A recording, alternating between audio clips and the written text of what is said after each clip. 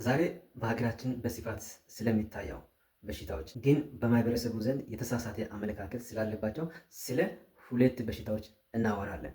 አብዛኛው ጊዜ በእነዚህ በሽታዎች ሰዎች ሲያዙ ግን ቡዳ በላው፣ አይነ ጥላ አረፈበት፣ መንፈስ ነካበት ብለን እናወራለን። ግን ምክንያቱ ይሄ ነው ወይ የሚለው ነገር ዛሬ ለይተን እናያለን።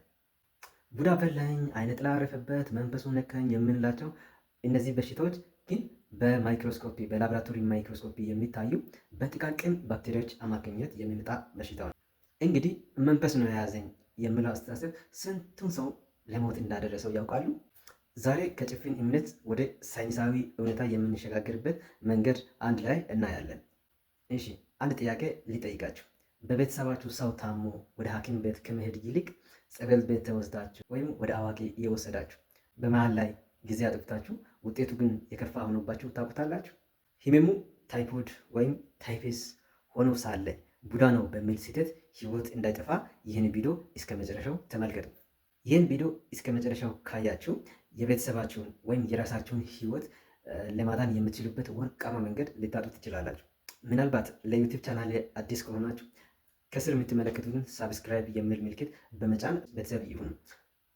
ደግሞ እንደዚህ አይነት በጣም ጠቃሚ ቪዲዮዎችን ሁሌ ስለምንለቅላችሁ የደወል ምልክት በመንካት ኦል የሚለውን መምረጡን እንዳይረሱ፣ ላይክ እና ኮመንት ሼር ማድረግም እንዳይረሳ። ታዲያስ ለምንድን ነው ታይፎይድ እና ታይፈስ የሚባሉትን በሽታዎችን ሰዎች ከቡዳ ጋር የሚያመሳስሉት? ምክንያቱም ግልጽና ግልጽ ነው። ለምንድን ነው? ምልክቶቹ በጣም አወሳሳቢ ናቸው።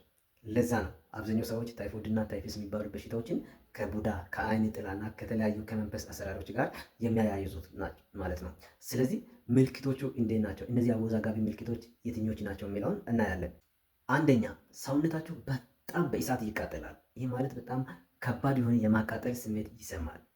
ሁለተኛ፣ ጭንቅላታችሁ እስክፈነዳ የሚያደርስ የአይን ህመም ይሰማል። የራስ ምታት ከራስ ምታት በላይ የሆነ በጣም ጭንቅላቱን ሊያፈነዳ የሚጠጋ የሆነ ህመም ይሰማል ማለት ነው።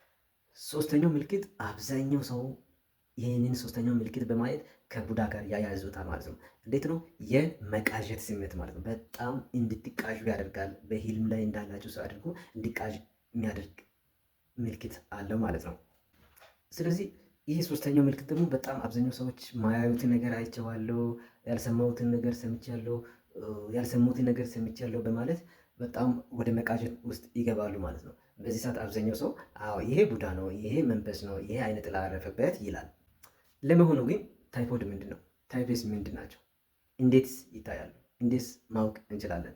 ሳይንሳዊ እውነታዎችን እናያለን። ታይፎይድ መንፈስ ሳይሆን ሳልሞኔላ ታይፒ የሚባል ባክቴሪያ በቆሻሻ ውሃና ምግብ አማካኝነት ወደ ሆዳችን ሲገባ የሚከሰት በሽታ ነው። ታይፈስ ደግሞ ሪኬሽያ በሚባል ባክቴሪያ በቂማል፣ በቁንጫ፣ በምጥማጥ፣ በመዥገር ንክሻ አማካኝነት የሚተላለፍ በሽታ ነው። ሁለቱም ደም ውስጥ ሲገቡ አእምሯችንን ያውቁታል። ያኔ ነው ሰውየው ማውራትና መቃዠት የሚጀምረው። ይሄ ቡዳ ሳይሆን የሰውነት መመረዝ ነው። ታዲያስ መፍትሄው ምንድን ነው? ጸሎትና እምነት ለሁላችንም ጠቃሚ ናቸው። ነገር ግን እግዚአብሔር ጥበብ የሰጠው ለሰው ልጆች ነው። ታሞ ቡዳ ነው የበላኝ ብሎ ቤት ከመቀመጥ ይልቅ ሐኪም ቤት መሄድ ወይም ባህላዊ መድኃኒት ከመጠጣት ይልቅ ሐኪም ቤት መሄድ ከሞት ሊታደገን ይችላል። ካልሆነ ሐኪም ቤት ሳንሄድ ቡዳ ነው የበላኝ ደግሞ መንፈስ አረፈበት ብሎ ቤት መቀመጥ ለሞት ሊዳርግ ይችላል።